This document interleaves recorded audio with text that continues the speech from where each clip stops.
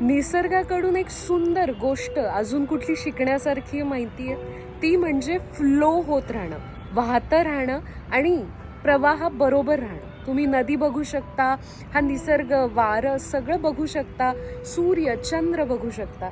ते कधीच एका जागी थांबत नाही. पण आपल्याकडून ही चूक नेहमी होत असते.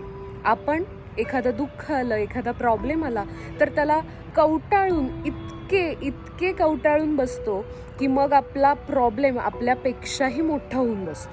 त्यामुळं निसर्गाकडून जर काही शिकायचं असेल तर आपल्याला हे शिकायचं आहे की कायम प्रवाहासोबत फ्लो होत राहणं, वाहत राहणं खूप महत्त्वाचं आहे. कारण जे वाहतं राहतं तेच स्वच्छ आणि निर्मळ, आनंदी राहतं. त्यामुळं गो विथ द फ्लो ह्याच पद्धतीनं स्वतःला कायम ट्रेन करा आणि स्वतःला सांगत राहा की हमें बस चलते रहना है.